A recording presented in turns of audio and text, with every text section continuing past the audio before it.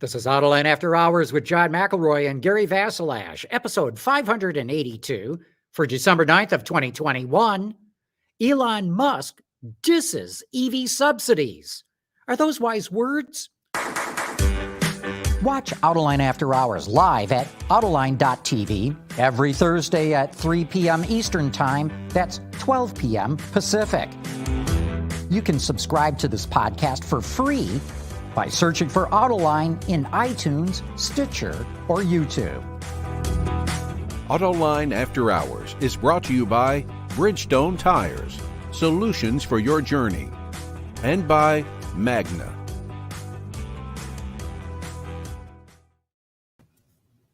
Hey, Gary, you're back from the West Coast, I see. I am. Thank you very much. I know you were out driving the new Hyundai Ioniq 5 electric car. Yes, I was. And as one of our viewers will be incensed when I say this, but I can't talk about it. It's under embargo. So we'll have to talk about this later. So the embargo lifts a week from Friday. So sorry about that. Okay. All right.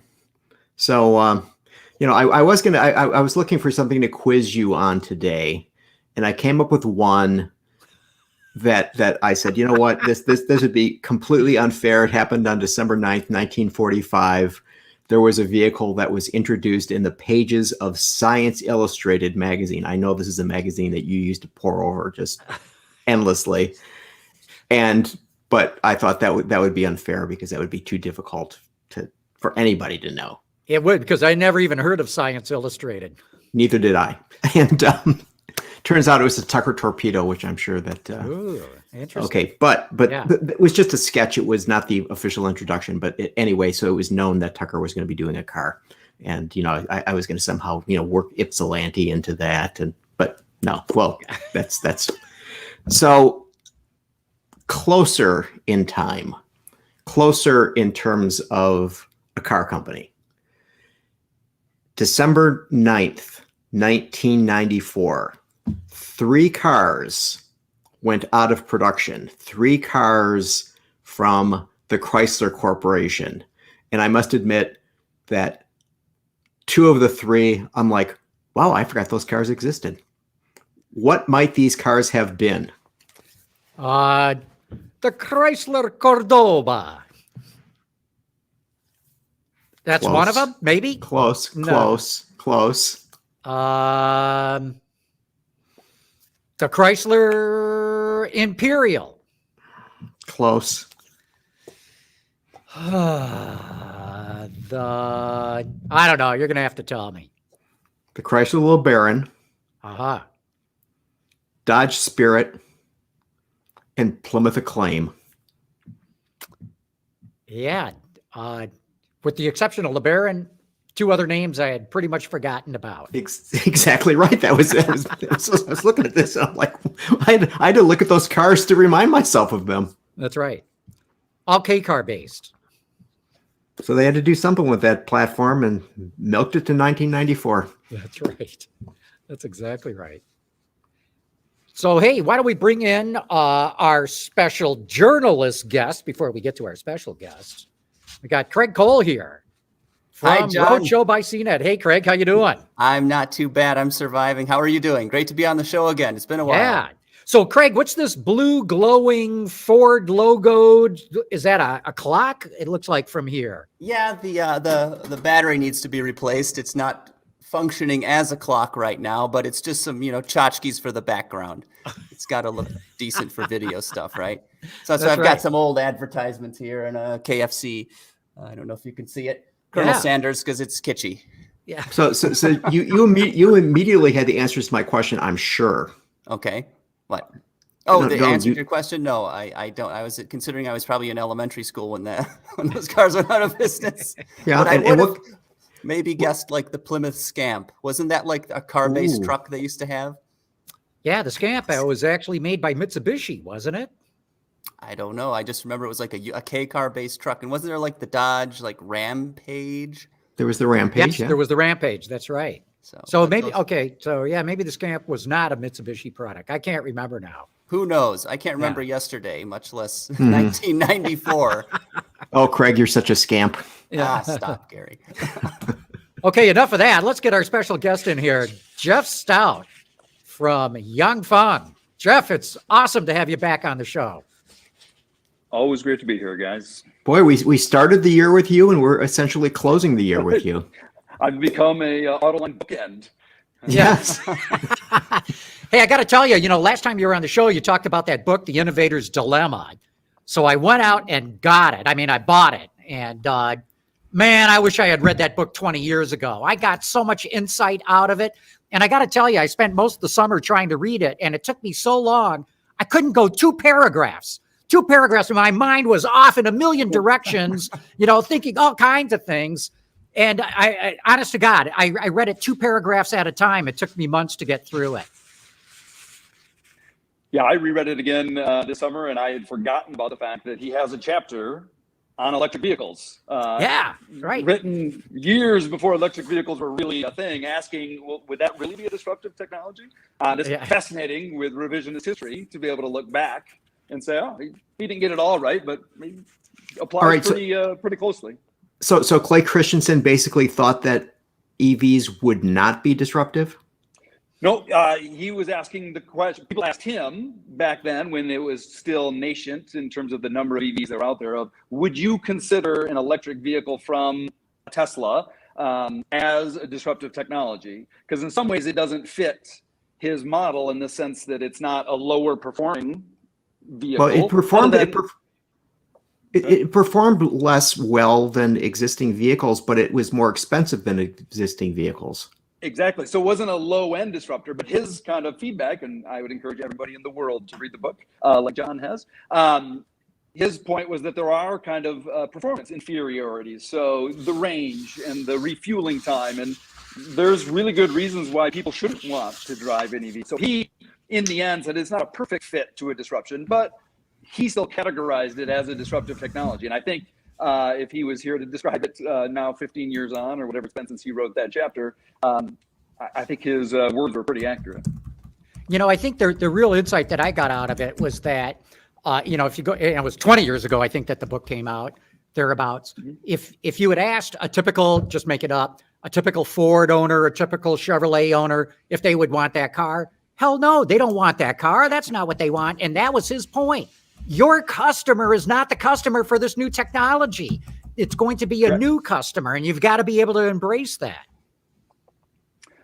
Right, and I think I would argue, just staying on the Christensen model, we're now moving in a direction that's kind of mature to post-mature, where I'm struck, and we haven't really had this conversation. Tesla's always a fascinating case point on a lot of subjects, but it's interesting to me where a lot of people that I talk to refer to Tesla as an environmental company. That people who buy Teslas are not necessarily pejorative in terms of being tree huggers, that they want to show their green credentials, so they buy a Tesla. And that's just flatly wrong at this point. I was going to say, you don't buy you want the Model S Plaid. You don't want exactly. I want to go as Mel Brooks talked about it, I want to go plaid. You'll never hear Elon Musk talk about how the world's a better place if you buy a Tesla. You'll never hear anybody at Tesla describe a Tesla that way. The sustainability or the environmental credential is a nice to have after you realize you can go faster than the guy in the Ninja 900 who's sitting next to you. This is a absolute performance machine. And it's interesting when I talk to more traditional automakers, it feels like there's still a difficult transition for them to get out of I need to make a BEV version so that I can kind of appeal to the people that really care about, society and the environment. It's like, no, the Porsche Taycan is a great example. It's a great piece of machinery as well. People don't buy that car because they want to save the planet. They buy that car because it is freaking cool. And to get traditional automakers out of that mindset of saying, no, develop the coolest car you can. And if you do, it's going to be a BEV. Because you can't develop a traditional car that's as cool as a BEV. That makes people's heads hurt. No, the 12-cylinder, now BEV is going to be faster.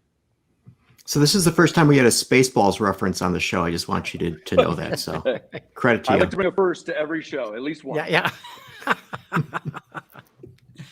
Speaking of which, I got a chance to drive a Model S Plaid earlier this week with Sandy Monroe. He's got one. He's in fact off on a road trip right now, but he called me down to his shop to drive the thing. It is wicked fast. It's really cool. I think it would take a stopwatch to tell if the Model S Plaid is faster than the Lucid Air Dream Edition. But who cares? I mean, they're wicked fast. It's the only way to describe it. It doesn't matter. Yeah, if you're at 3 seconds, what difference does a tenth make one way or the other? Your organ, you have internal bleeding at that point. Right. That's right. But one of the topics we wanted to talk about today too is, Elon Musk has come out this week and he's dissing EV subsidies, saying the Biden administration should drop them altogether. That he's worried about the budget deficit. Supposedly Elon Musk is over all this, but Craig, what do you think? I'm posing the question: is this words of wisdom or is this the height of hypocrisy? And I say height of hypocrisy because the LA Times counted it all up and showed that Elon Musk himself has gotten $4.9 billion in government subsidies for Tesla, SpaceX, and Solar City. So what do you think?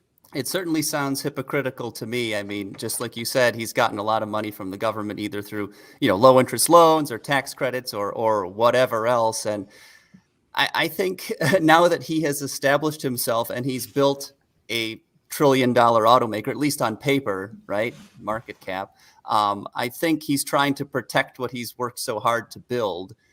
He knows that a tidal wave of electric vehicles, a tsunami of EVs is coming in the next few years. And that is a huge threat to what they've done. Because Tesla really popularized the modern EV, right? Everybody thinks of Tesla. It's like Tesla's kind of synonymous with EV to a lot of people. And they set the standard. They set the standard for the entire industry. Yes. So huge credit goes to Elon Musk and what he's achieved with his companies. But can it last when there are hundreds of other EVs on the market, when you can get a $40,000 Lightning? I don't know. He doesn't want it, and he probably doesn't want to find out. So he's going to protect himself. Wow. Well, okay. So I mean, but let's explain. I mean, to get some background and color into this thing. So basically, the reconciliation bill that they're talking about passing would include a 7,500 EV tax credit that would apply to Teslas as well as to other things, and an additional $4,500 for vehicles that were built by union labor within the United States. Okay, so that's one part of it. Now, the other part of it is the build out of a charging network, which, as we also know, that Musk has built out the supercharger charging network. And so there's $7.5 billion in the bill to build out chargers. Okay, so that's also an element of it. And Musk basically now is saying that even gas stations shouldn't have any tax credits or anything underwritten for them. And as we all know, that, I mean, there are lots of taxes and credits that are associated with the petroleum industry. So it sounds like that Musk is basically saying, I've established my company's in great shape. I don't care about the rest.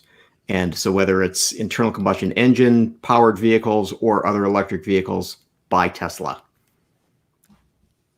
Yeah, and I would jump in, I guess, and maybe this is just coming from a tier one standpoint. We, generally speaking, as a group of people, myself personally, we don't get the luxury very often of judging. As people who comment on life for a living, you guys get to do that more often. Hypocrisy is not a word that matters to me.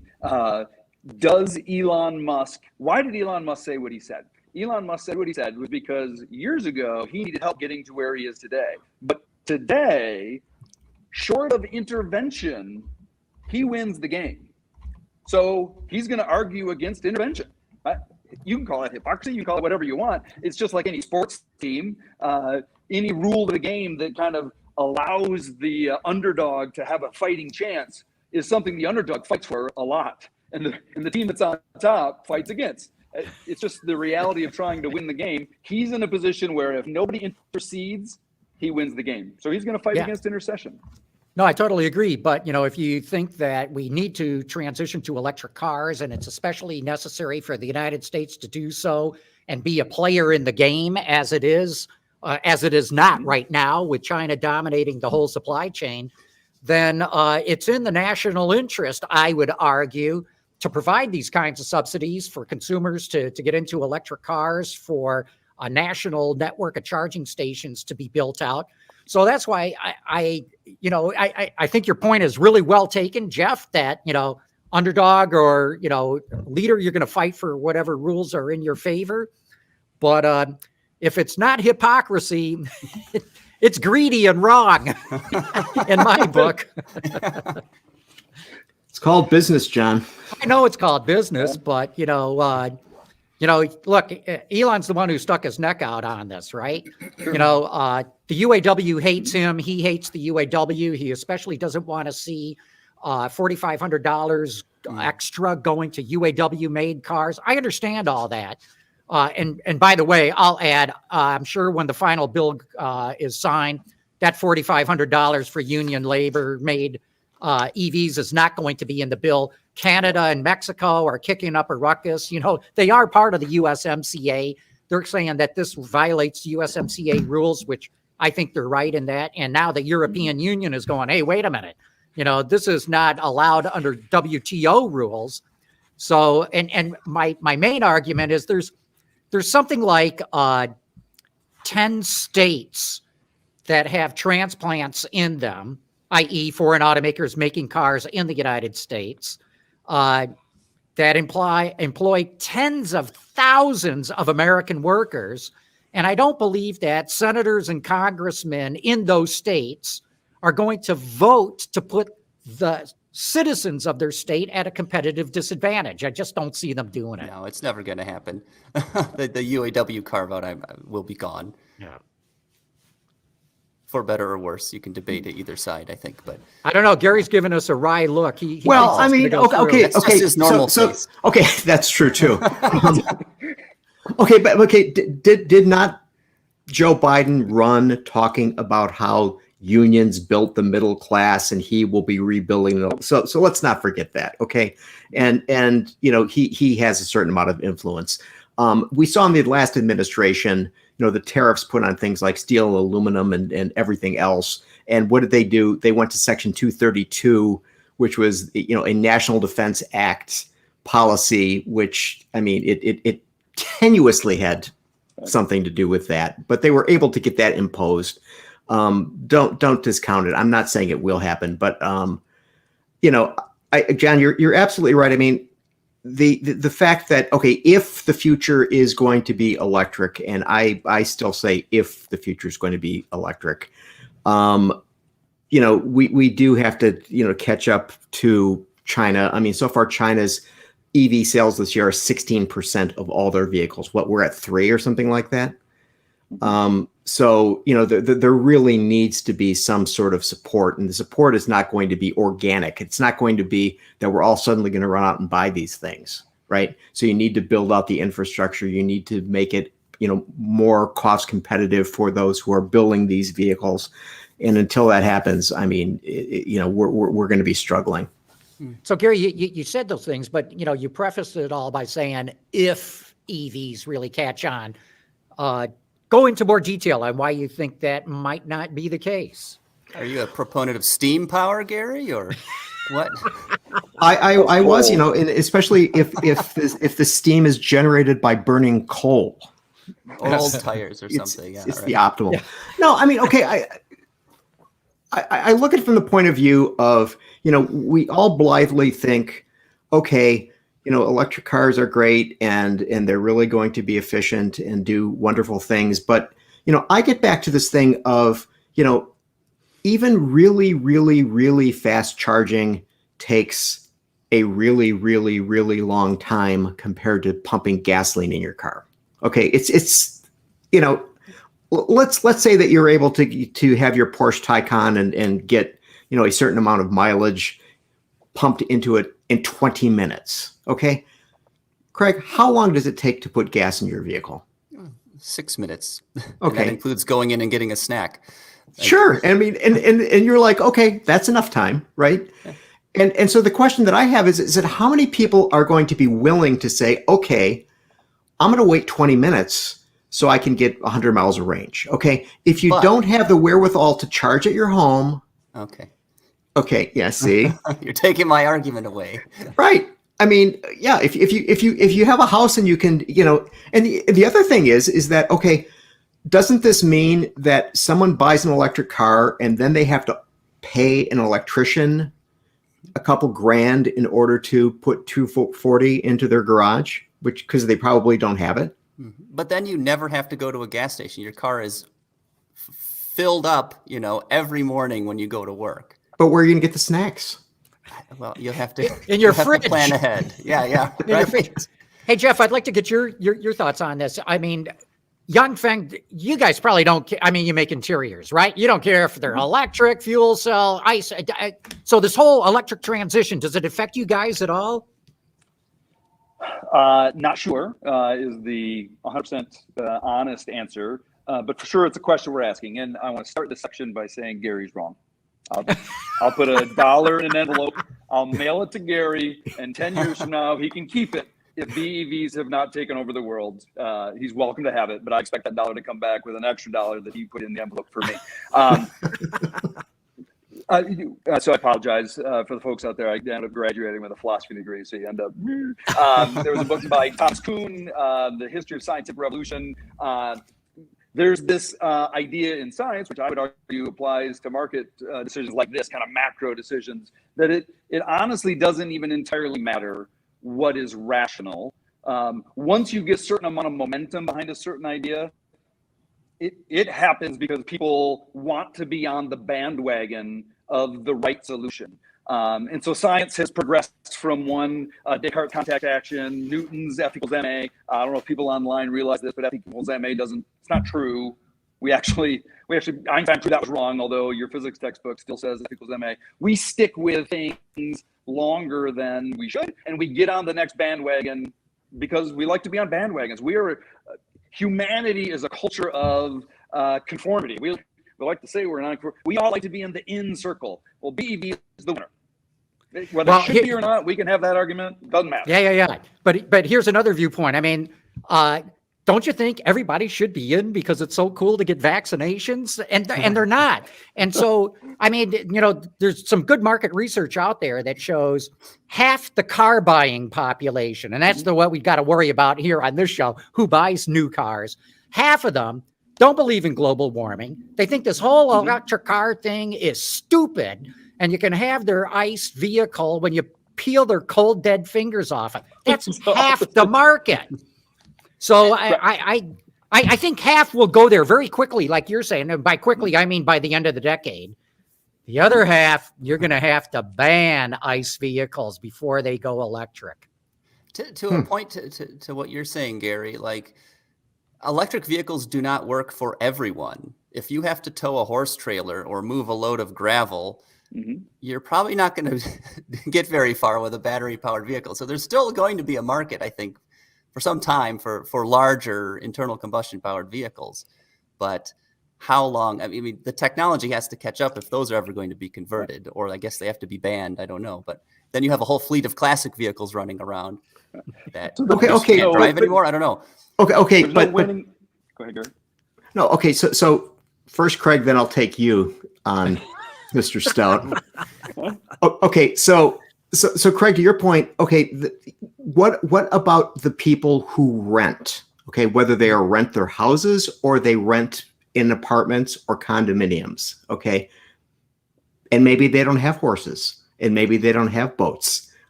Where are they going to be, charging their vehicles? Oh, that's right, at a public station while they're in there getting snacks and then more snacks and then doing a load of laundry and then getting some more snacks. And okay, so renters is a big part of the United States population. Oh, yeah. Let's keep that in mind. And now, maybe Mr. that's Stout, why we should be investing more in the charging infrastructure, because once you have a charging station on every corner like you have a gas station, it's suddenly much less onerous to own an EV, and the range that the EV offers becomes much less important. I was in a Mazda MX-30, that's another story. Not a great product for several reasons, but 100 miles of range. That's not enough for today. But the future Mazda envisions for that is, for people that live in urban areas, and if you have close access to chargers, it suddenly makes a bit more sense, right? You can get away with 100 miles of range. But today, I don't think that's enough. The future I envision, I'm taller. Why did Mazda even do that car? I mean, clearly they need ZEV credits. And, but I mean, would it have been that much more difficult to do a car that gets 250 miles of range? Because 100 miles, that's under ideal conditions, right? Here in Michigan right now, it's like 28 degrees outside. So you can chop that 100-mile range damn near in half. Yeah, well, they're only selling it in California. They're only building 560 of them, it's I think it is. It's a compliance car. So why are you using this as an example? This is a horrible example. Why even do the car? Range. Well, I think their product development was out of sync because you open the hood, there's like this much room under there for the range extender that they didn't have ready yet, apparently. So I think that's what the issue was. They meant to come out with the rotary range extended version, and that wasn't done in time. I'm thinking out loud, and they just pushed the EV version out to get something out there as a compliance car. But it makes sense, Gary, because 100 miles of range starts to work more when there are more chargers, I'm arguing. When there's a charger on every corner, like a gas station. Oh, okay. So don't worry, Jeff, I'm getting back to you. I'm dragging it out. I'm sorry. Yeah. So just, okay. But Craig, to your point, okay, if there's one on every corner and you have 100 miles range, you're still going to be going to that charging station more and more and more frequently. You're going to get all these snacks and your teeth are going to be rotten. Then you're going to spend more money at the dentist. You're going to be spending more money to lose weight. And it's a big loss. Okay. So that's why that theory doesn't work. Now, fair enough. So you Jeff, you threw down the Thomas Kuhn paradigm card, right? Yeah. Absolutely. Okay. But there's also within the structure of scientific revolutions, because I read that book too. You always do. Is the fact that there are anomalies that are found.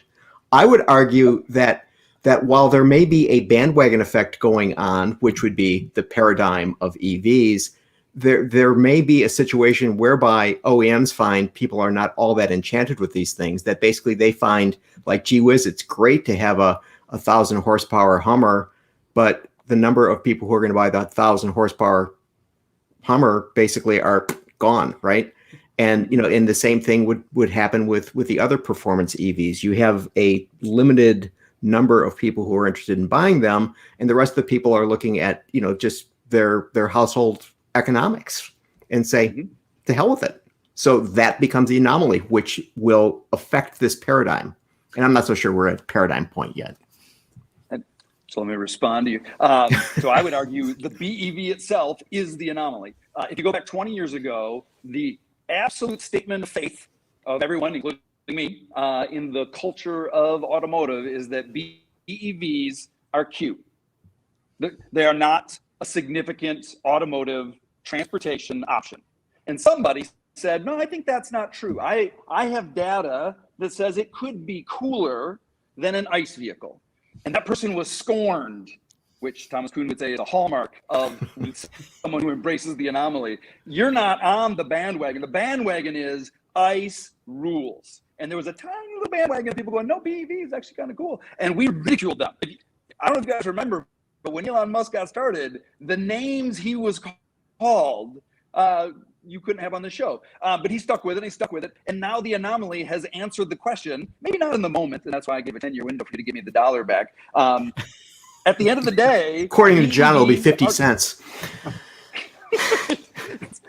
The BEV is going to be better. And the only people who are driving ICE vehicles are idiots. Can I say that on the show? Why are you driving that more expensive car that has less performance and you want to talk about towing stuff? You show me an ICE vehicle that has low-end torque, like a freaking electric horse. You had Lisa Drake on the show the other day, and you asked her, if I remember right, hey, you're selling a lot of pre-orders for the Lightning. Are you kind of surprised by that? And I've met Lisa Drake a couple times. I wouldn't count her as a friend or anything, but I think she was lying. when she said no, that didn't surprise us that much. I think that surprised her. I'm sorry, Lisa, if you find that. The fact that there are, they have 76,000 pre-orders. The Ford F-150, those are the people who will never buy an electric vehicle. Oh, until you offer them one. And then turns out a lot of them are, before they've even tried it. Once it gets in the marketplace and it gets improved for a generation and then another generation, if I want to be provocative and say 2035, Ford doesn't offer an ICE F-150. It's not even in the portfolio anymore. Why would you buy one? It's worse in every regard in 15 years. Yeah. Sorry. So if I can answer the original question, because the original question I completely bypassed. What is why I think about BEVs in general? So this is a fascinating question where when we do research with people, for the most part, there's some obvious differences, right? You've got generally speaking, you have a flat floor. You don't have a tunnel. You've got a frunk that you don't have. So there's obvious differences in a BEV architecture that enables us to do things that we couldn't do in a regular vehicle.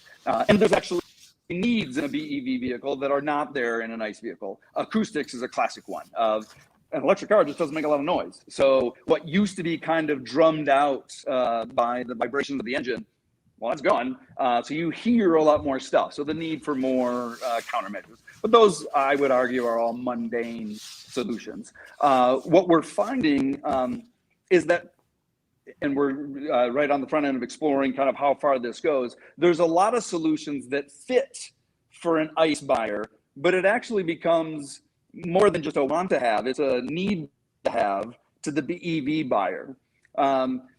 For an example, use of lighting is a great one. If I'm buying a BEV, I expect there to be a really progressive, not just what has been used for the last 10, 20, the pinstripe across the door and the IP, and maybe I have a light ring on my steering wheel. I expect a light show for ambient lighting, functional lighting, ADAS lighting.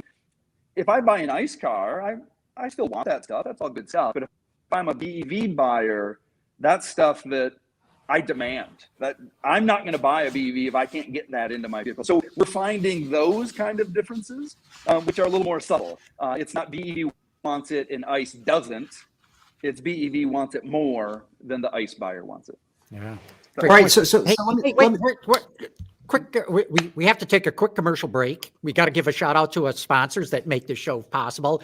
And I know Gary's got a question when we come back, but Jeff, I got a question for you too on quality of interiors. And I'm specifically talking about a Tesla Model Y that I drove 2 weeks ago. And I want to get some of your insights on that. But as I said, first, a shout out to our good friends at Bridgestone and Magna.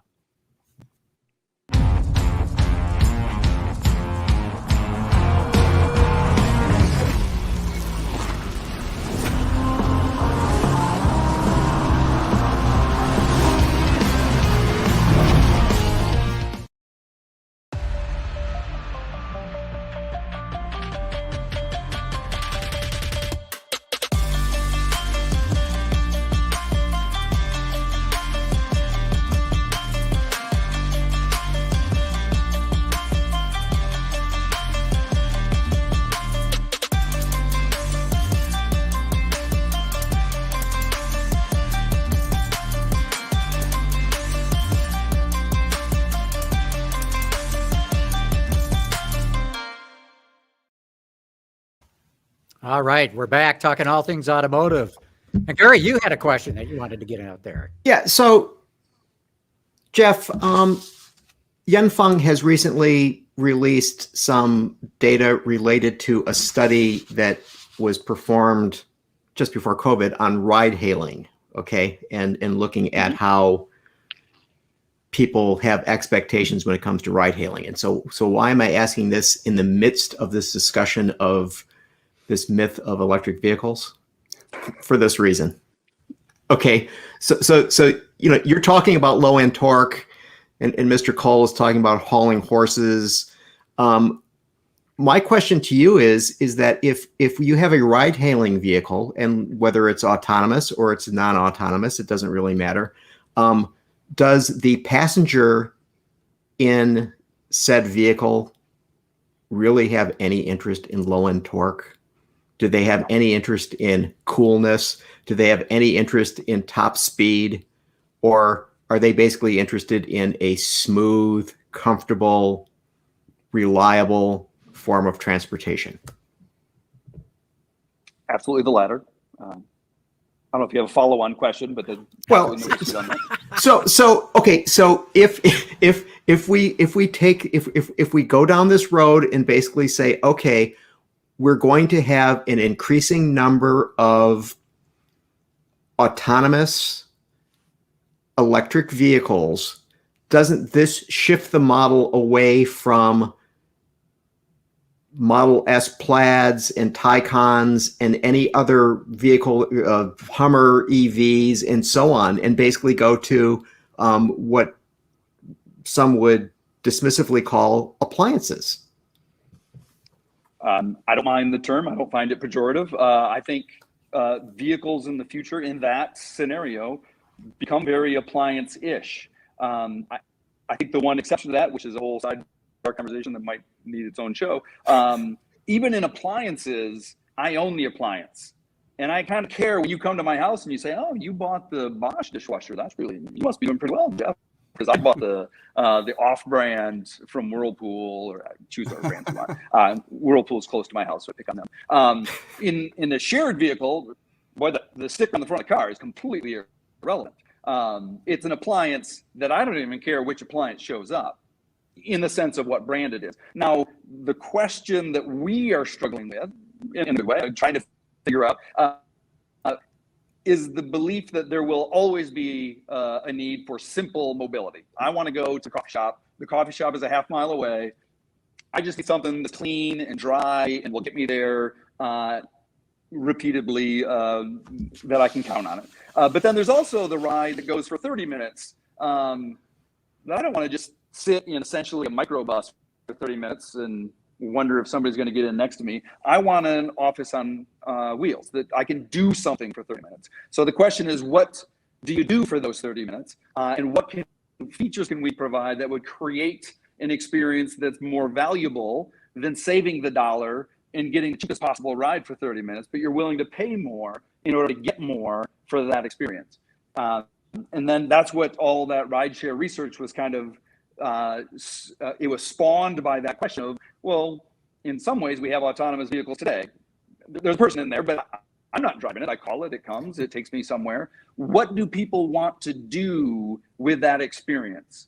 Not just sitting in the car, but also how I call the car, how the car arrives, what state the car's in, getting in, getting settled in, having the experience in the car, then stopping, knowing that I'm at the right place, last 1 mile, how do I get to my destination? All of those things are fairly similar in an autonomous world and a non-autonomous world. The only difference being I don't have Joe, Mr. Driver, Susie up there. But the experience of calling it, writing in it, and getting out of it, you can learn a lot from what Didi and Uber and Lyft are doing today. So to your question then of does the electric pickup matter? It matters in South Dakota, Central Indiana. It doesn't matter in Detroit or San Francisco or Phoenix, because we do still feel like that is going to be an electrified autonomous experience. But when is this autonomy coming? I don't see it being anytime soon myself. So I'll send you $1 as well. I'm going to be broke by the end of the show. That's right. You can't afford the Bosch dishwasher if you keep giving away money. We talked about this in January, so I don't want to rehash it. If people want to know YF's thoughts, my thoughts on that topic, I think it was in the January show. But in general, that topic continues to progress. And in fact, I would argue it's accelerating in terms of, again, the Innovators Dilemma disruptions of more and more kind of micro supply, the May Mobilities of the world, and you got the Waymo on the big end, but then the Zooks and there's a lot of people doing more and more to figure out what does this look like. And I guess I can be as wrong as anybody else, but I would bet way more than $1 that's coming. the question always gets asked, well, yeah, we said it was coming, 3 years ago. Those were lies. Whoever said we were going to have autonomous vehicles in 2020 was just trying to goose their stock price. And so in the 2030s, in urban environments, there absolutely will be autonomous vehicle routes that are running. But I think I can say that with almost certainty. Now, who's providing those rides? Is that a Waymo, or is it a municipality? Does the city of Phoenix offer the service and they contract out the cars to a service provider? That's where things get really interesting. Well, it all comes down to your definition too, right? Because like you said, Maine Mobility is already running autonomous shuttles. I mean, Waymo's doing it in Phoenix. General Motors says it's going to be doing it next year in San Francisco without a driver, charging people commercially. Didi in China is already doing it. GM says it's going to have Ultra Cruise, the next step beyond Super Cruise, in 2023. Mercedes today announced it's got level 3 approval in Germany. So to your point, Jeff, it is happening. I'd say it's already here. Now, can I go down to the local dealer and buy an autonomous car? No, not yet, but I believe it's on the way. So what I want to know, Jeff, is do I win my dollar first, or does Craig win his dollar first? We'll put a 2030 date on both of them, and you guys can call me back on the show, and I can either offer up humble pie about how misguided I was, or I'll be willing to accept your crow that you would be eating. Yeah, you'll eat crow or you'll be rich. Yeah. $2 rich. Buy some snacks. So I want to get back to the question that I had teased at the end of the first segment there. I drove a Tesla Model Y. Model Y. About a year and a half old. Was one of the first Ys made within the first 300. Loved driving the car. It was dual motor. I mean, thing gets up and goes.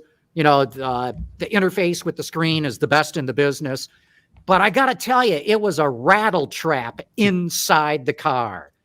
Over every bump, if you went over the lip of a driveway curb where there's a little bit of torsional stress on, you could hear every crack and buzz and creak. I don't know if those are even the right terms, because this is interior trim panels. It's plastic. It's, fabric and the like. And now I just drove, as I mentioned, the Model S Plaid. Didn't have any of these problems.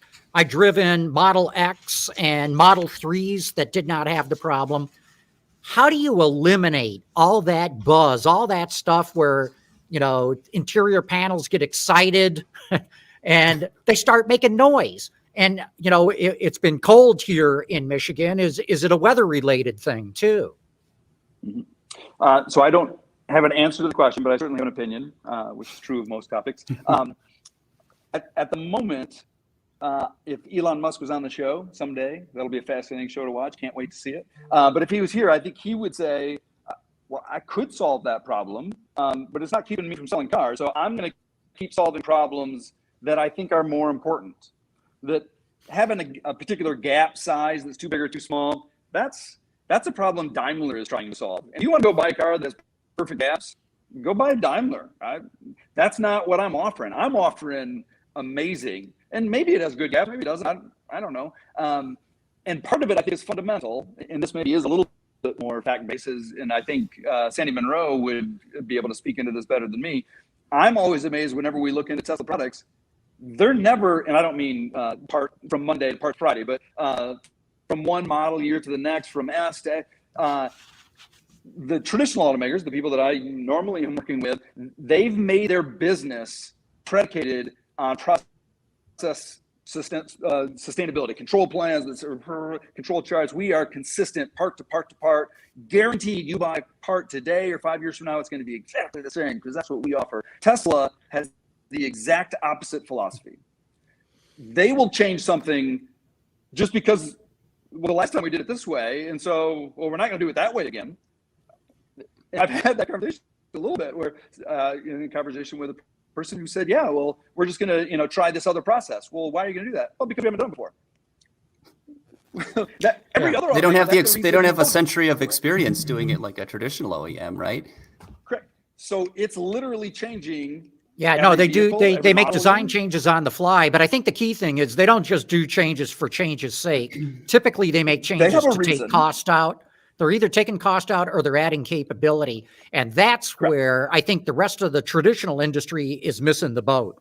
And if Tesla ever gets control of its process and gets rid of all those the gap issues and the squeaks and rattles, watch out, because their way of doing things is taking out cost faster and adding capability faster than anyone else. Don't the Which is a Korean fascinating automakers make conversation, running Craig. changes? Sorry, go ahead. I was going to say running change. I was just talking to somebody the other day. The lack of fear around the implications of, well, yeah, if we do something we've never done before, we're not exactly sure how it's going to play out. That fear has stifled traditional automakers for decades.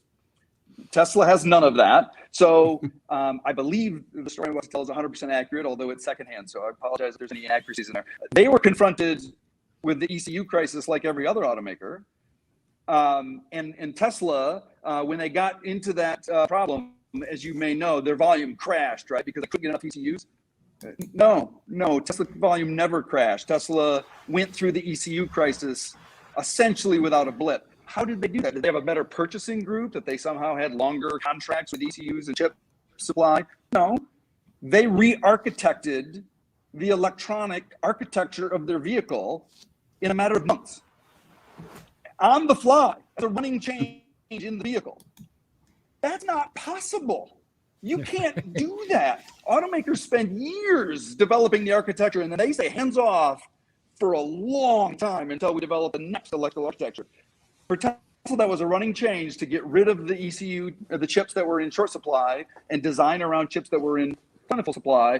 And so now the vehicles are run on chips that they can get their hands on. No other automaker in the world would even try to do that, let alone actually do it and just never miss a beat on selling every Tesla they can make. So that kind of mindset, I don't know how other automakers ever get there. It's a safety issue, though, view. right? If you're changing the whole electrical architecture, there's a potential for huge problems. I don't think traditional automakers want to take that risk. Do it. Yeah. Okay, Jeff. So I'll do a pop culture reference here. Happy Days, and at some point, Tesla's going to jump the shark. At that point, won't all of these behaviors actually be a negative? Because as Craig said earlier in the show, that there was going to be this, did you use tsunami or tidal wave? I forget. I use both, actually. Right. Okay, so just to that there'll be all of these vehicles coming in, and they'll be cool, and they'll be designed amazingly, and they'll be executed superbly, and they will be the wow vehicle. And then there'll be these things coming out of Fremont or Austin or Shanghai or Berlin or wherever the hell they're coming from that people are going to go, I don't know. It doesn't seem to be all that cool anymore. So I would argue, if I had another dollar to put in an envelope, I would.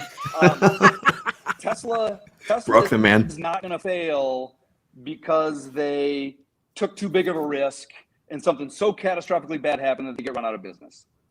They do bad stuff. They make mistakes because they're doing new stuff all the time. They make a mistake and they recover and they move forward. And that is not what's going to kill Tesla. What's going to kill Tesla, humble opinion, is exactly what almost killed General Motors 40 years ago. My telling of the General Motors story is that they were a fantastic American company that invented everything that was cool about cars for decades. Power steering, you name it. If it was cool in a car, GM and their supply base, Delco and all those, they did it until 1970. And then they said, we need to be careful. We need to be safe. We need to develop cars that are just, a little bit better than the last one. And that decline started, I wouldn't name a year, but 1970. It took 40 years to get to the bankruptcy, but those 40 years were a straight line down.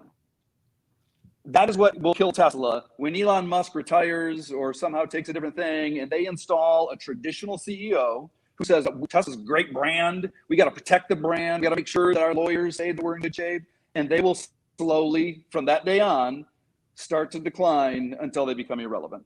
That's what will kill Tesla. Well, what if the consumer just says, this isn't so cool? I want to buy this. What is the car, John, that you talk about? The Hong Feng something? No, the Hong Guang. Yeah. The Wuling Mini EV, the $4,500 car, which I'm just wowed by. Go buy one from Alibaba. Do some testing. It's clown car, by the way. I don't know if you've ever stood next to one, but it's like 60% scale. Anyway, go ahead. So that becomes the phenomenon. So people say, okay, that's what I want. And, this other stuff, to hell with it. I don't care. And at that point, there's, so I don't necessarily say that it would be a catastrophic thing that is going to happen. But I mean, it's just like, if we're going to talk technology, look at the BlackBerry. Was leading the smartphone market like mad. And then lo and behold, the iPhone came out. And what happened to BlackBerry? Well, so Tesla has one advantage over other EVs. It's also a cult of personality, because the people that are Tesla fans are crazy. I will say that. They are insane. Have a negative thing to say about a Model 3 or whatever, even if it's very well reasoned, and they will come out and they will hunt you down. That's Craig Cole, Roadshow by CNET incidentally. I just want to make that clear who said that. So yes, I stand behind that. The analogy that fits, I think, one for one, is Steve Jobs. Was Steve Jobs amazing? I think he was amazing. But at some point, the things he came up with are amazing because he came up with them. Everybody said, what's the next thing Steve Jobs is going to come up with? And when he comes up with it, it's amazing. And that's what people are going to buy. Elon Musk has that same position at this point. No one can beat Elon Musk, because whatever he does next that's amazing will be amazing because he did it. And so until he leaves, until the Steve Jobs leaves, it's going to defy. Oh, we lost him again. Uh-oh. I don't have any dollars to He'll be back. He'll be back. We're getting down towards the end of the show anyway. And don't worry now, Craig, you're plus on money. Yeah. Oh, that's true. Yeah. So Craig, you were starting to interject there earlier that, Hyundai moves very quick. Yes, and the they Koreans. Do. But what I think what Hyundai does is it's very good at introducing new technology into its cars, but it doesn't do it on the fly. It doesn't make design changes on the fly, I don't believe. Certainly not to the level that Tesla does. Yeah. But you're right that Hyundai moves very, very quickly. And I'm so impressed at how it what's the word that they use? It democratizes technology, i.e., you don't just get the best stuff at the top line Genesis. You're going to get it in an Elantra even. Yeah, they're super aggressive. Like how far they've come in the last even just 10 years is incredible. He's back. I don't know what to say. Sorry. Yeah. No, Jeff, we were just, I was asking, Craig had mentioned that Hyundai moves very quickly too. But my understanding is they're very good at introducing new technology into their cars, but on a scheduled basis. They're not making design changes on the fly like Tesla does. Correct. And they're not making quite as dramatic of changes as Tesla is doing. They're doing more kind of the incremental, still change and still reasonably dramatic by automotive standards, but they're not having those kind of leapfrog events that Tesla has on a regular basis. Yeah. So how long has that Model S been out for now? 10 years at least. Something like that. Well, I mean, the Model S, right? Yeah, it's the same Model S. They did that nose job on it, which I think looks very good. Mid-cycle refresh. Sort of a mid-cycle refresh, but but it's been around for 10 years. Right, and we've the Roadster is in outer space, but we don't have one here yet. Or a semi, or a Cybertruck. Yes.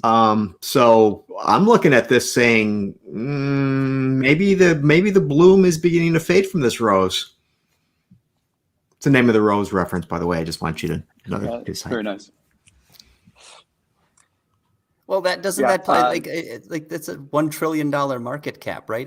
That's bigger than, I guess, like a dozen other the largest automakers, right? Everybody's buying into the hype in a way, and it doesn't matter whether they deliver a Cybertruck this year or in 5 years, right? Everybody's just invested in it because it's cool. They're bandwagoning. Mhm. And the bottom line is, as soon as everybody decides that Elon Musk and his products aren't cool anymore, well, then that valuation goes away. It doesn't matter whether the Cybertruck comes out in January of 22 or January of 23. As long as people are buying the stuff he's making and waiting for the next thing to come out as soon as it can, the deadline is less important than, is it really going to be cool? What happens when the F-150 Lightning is deemed to be cooler than the Cybertruck? Well, now Elon Musk has a problem, because now he's no longer the standard of cool. It doesn't matter what month it comes out. It just needs to be deemed cool. So the question I would have is that, can more than one company have the model that Tesla does in terms of, just banking on its admitted technology, which is great, as well, combined with this cult of personality, as Mr. Cole referred to it, in sort of dismissive tones. They were dismissive, I admit. I would say yes. I mean, if you look at the China market, John mentioned it, they're 14-16% of their market share is electric. That's not all Tesla, right? They have the NIO and the BYD and the Xpeng. And frankly, I have Chinese colleagues, big surprise, talk to them about the cars they drive and what is their view and the people they know. And there is a bit of a debate of, yeah, Tesla's cool, but man, Xpeng has a service that you can buy, very inexpensive, that if you ever have a range problem, they will send out a service truck to jumpstart your car wherever you are in the country. Stay safe. Well, Tesla doesn't have that. That's really cool. So there's a lot of people who buy Xpeng and so it's not a question of whether a traditional automaker could get there. It's, are you willing to do the things that you would need to do to not be worried about gaps? If I can pick on John, let the gaps take care of themselves. Come up with something freaking amazing that people want to buy versus, oh, it's pretty good. That's a solid automobile. If you're going to move into this space, you're competing with people that are trying to come up with the next coolest thing ever. So you've got to be in that game, not in the gap game. What a great point, Jeff. That's excellent. How important do you guys think the supercharger network is to Tesla's success? Because that was sort of a big deal, what they've been able to do with the charging locations, right? Yeah, this is a open question in my mind. Elon Musk has been very open about the fact that he's okay. This goes back 20 years ago, before he had $300 billion. So maybe his opinion has changed, but he's always said, I don't care about the money. The only reason I'm doing this is to spawn the transition to BEV, because I think our globe can't have an ICE-based transportation system. So he would be very happy if the whole world went electric and he went out of business. Oh, I don't know if that's actually true anymore, but it was true at one time. And so relative to charging stations, he's talked about opening them up to other automakers. I think at some point, he knows that he needed those in order to get Tesla in that pole position. But in order to kind of transition society in that direction, I think he's going to need to allow other people, because you're not going to have, I think it's been mentioned on the show before, GM charging infrastructure, Tesla, Ford. You're not going to have everybody with their own gas station. And Elon's going to want to win. So at some point, I think he will start to move in the direction of saying, hey, I'll open up my better technology to everybody else, but then everybody uses my technology. I'm less confident on that one than I am in the Gary bet and the Craig bet, but I think that's where that conversation goes. Yeah, and then when he remembers that his original goal was to transition the whole world to EVs, maybe he'll be back in favor of subsidies again. Right. I had to bring this full circle, Yeah. That's where we started. Sure. Hey, and speaking of which, we've come to the top of the hour here. We should probably wrap this up, but Jeff, it's always great to have you on here. You always spark so much great conversation and give me a bunch of ideas of things to think about. Yeah, it's always a little intimidating being asked on a show, and I asked, so what's the agenda? Yeah, whatever. Yeah. Okay, I'll prepare for whatever. Yeah, and you came prepared. And Craig and I are glad you were on the show because now we're wealthier than we were before the show started. We'll see. We'll see. You We'll can see afford the about Bosch that. dishwasher. I'm confident. Yeah. Craig, great having you back on the show Hey, too. John, thanks so much. It's great to see you guys again. It's a lot of fun. Yeah. We'll do this all again. Okay, Yeah. Yeah, and Gary, you and I will do it again next week. we will. Okay. Thanks everyone for having tuned in. Yeah, thanks, everyone. Autoline After Hours is brought to you by Bridgestone Tires, solutions for your journey, and by Magna. Visit our website, Autoline.tv, where you can watch us live Thursday afternoons. Get your daily fix with Autoline Daily and in-depth analysis and interviews with Autoline This Week. There's all that and much more at Autoline.tv.